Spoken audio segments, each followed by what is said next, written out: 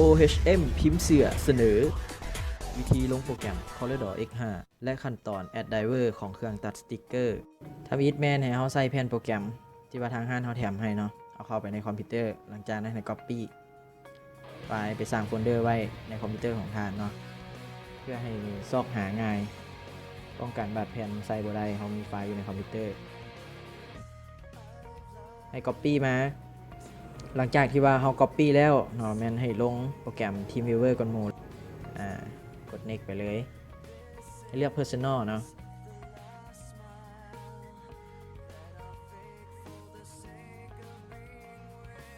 ถ้าต่ออินเทอร์เน็ตอยู่หลังจากลงแล้วก็จะโชว์อยู่ ID กับ Password ด้านลุ่มเนาะ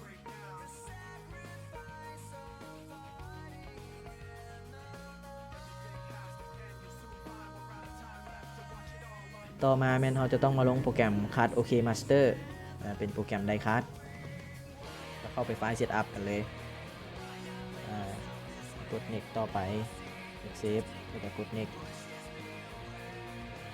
โปรแกรมนี่ใส่เพื่อไดคัสเนาะสำหรับเครื่อง Card OK Master ก็จะโชว์ขึ้นมาอย่างที่เราเอารูปมาทดลองเบิ่งโดยการเข้า Image แล้วก็เข้าโหลดไปซอกรูปที่ว่าเราเก็บไว้เนาะเดี๋ยวจะซอกรูปมานำ Windows เลยตัวนี้ดึงรูปเข้ามาวาง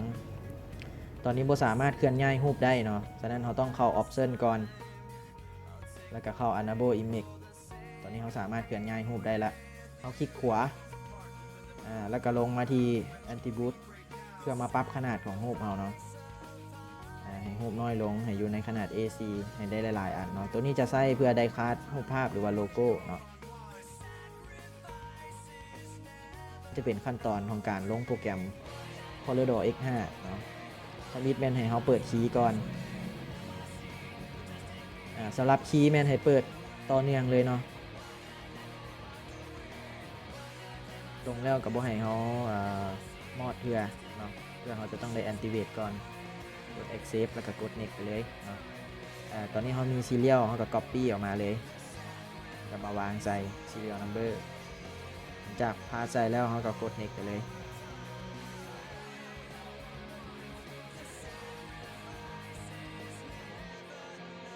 ถ้าลงสำเร็จแล้วเนาะคีย์เขาบ่ฟ้าวออกเพื่อตอนนี้เขามาเข้าปุ่ม Start แล้วก็เข้าออกโปรแกรมไปเลือก Corridor X5 อาจจะเซนทูเพื่อให้มาโชว์อยู่หน้าจอเนาะหลังจากนั้นเขาเปิดขึ้นมาถ้าเขาบอก Activate นี่จะใช้ได้เพียงแต่เดือนเดียวเนาะ30 มื้อเท่านั้นฉะนั้นเขาต้องได้ Activate ตอนนี้เขามีคีย์อยู่เนาะเห็นบ่จะโชว์ขึ้นมาต้องได้ Activate เดี๋ยวนี้เลยคลิกจากนั้นก็เข้าโฟนคอลตอนนี้เราเห็นอยู่เนาะว่าตัวนี้มัน install code เนาะจะมี5ห้องเลยเนาะเราต้องเอามาพิมพ์ใส่นี่จะเป็นตัวอักษรภาษาอังกฤษตัวใหญ่เมื่อเนาะแล้วก็เป็นตัวเลขฉะนั้นเราต้องพิมพ์ให้ถูกต้องเนาะเราสังเกตเบิ่ง serial number ของเราเนาะมันจะตรงกันกับตัวที่ว่าอยู่กับคีย์เนาะถ้ามันบ่ตรงเราต้องได้แปลงให้มันตรงกันเนาะเราต้องมาพิมพ์ใส่ตัวคีย์พี่ให้มันตรงกัน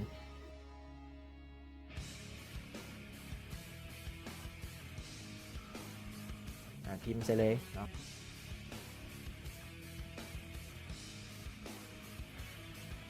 ถ้าผู้ใดไปมอดคีย์นี่แล้วเปิดขึ้นมาใหม่นี่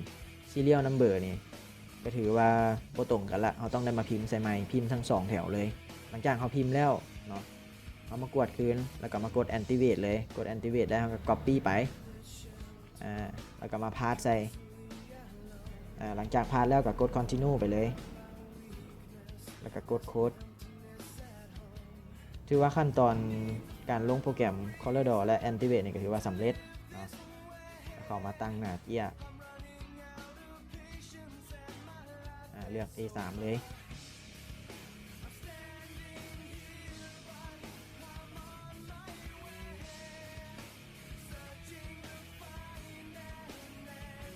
กดคีย์ออกได้เลยต่อมาเนาะต้องเข้าไปที่ Device and Printer ถ้าว่ามีไดเวอร์ของเครื่องปริ้นที่ว่าลงมาหลายๆเครื่องก็แล้วต้องได้ลึบออกเข้าไปจริงๆแล้วก็ remove device ออกเลย จากนั้นให้เปิดกี้ขึ้นมาเนาะเพื่อ remove driver ออกเพราะว่าโดยที่ถือหลักการแล้วเขาต้องลง driver ของเครื่องตัดก่อนแล้วเครื่องปริ้นจึงลงน้ำหลังเนาะแล้วฮูที่ว่าเขาซุปเครื่องตัดสติ๊กเกอร์ใส่หันจะต้องเป็นพอร์ต001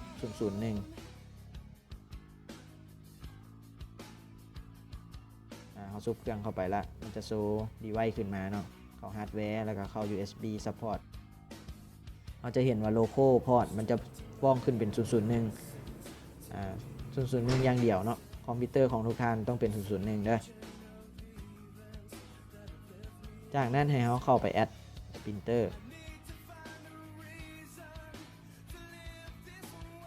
แล้วก็เข้าแอดโลโก้เลยแล้วก็ไปเลือกพอร์ตที่เขาซอกหาเมื่อกี้เป็น001เนาะก็ต้องไปใส่ USB 001จากนั้นให้กด next driver เขาต้องเข้าไป have disk เนาะตามซ่องที่เขาเก็บไว้เมื่อกี้นี่เนาะข้อมูลที่เขาโหลดเข้ามาสั่งเป็นโฟลเดอร์ไว้อันนี้เขาเซฟไว้ซ่องดี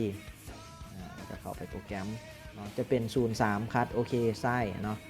ตัวนั้นเป็น driver ของเครื่องตัดกด open เข้าไปเลยโอเคเครื่องเขาถ้าเป็นเครื่อง A3 เนาะมันต้องเป็น DC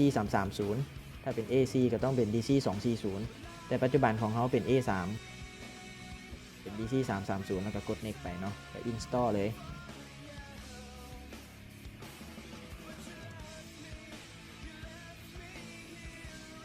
finish ก็จะโชว์ driver ขึ้นมาแบบนี้ถือว่าขั้นตอนการ add driver ก็สำเร็จเนาะต่อมาเป็นเฮามาเทสเบิ้งพอร์ตที่เฮาใส่หันมันถือกองเขาต้องเข้ามาสร้างเส้นขอบเขตก่อนแล้วก็เข้าไปปิ้นเซตอัพเส้นขอบเขตให้มันใหญ่เอิ้นว่าให้มันเข้ากันกับเครื่องตัดของเฮา A3 พอมันโชว์เมื่อกี้เป็น AC ฉะนั้นเราต้องมาเลือกให้เป็น A3 โลโอเคไปเลย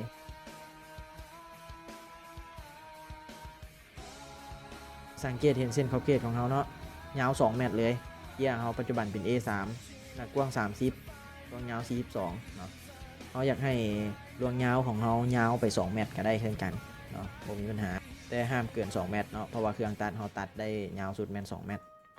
ถ้าตัดเกิน2เมตรก็คือเครื่องจะขีดมั่วให้เนาะตอนนี้เขาตั้งหน้าเกียร์เป็น2เมตรเต็มซ้ำกับเส้นขอบเขตเลยสังเกตเบิ่งแล้วสังตีเนาะเดี๋ยวเรากลับคืนมาค่าเดิมก่อนเนาะ42 เซนของ A3 ปกติเลยเดี๋ยวเราจะเอาวงมนมาขีดเนาะขีดกวมแล้วก็ไปลึบสีแล้วสร้างลายเส้น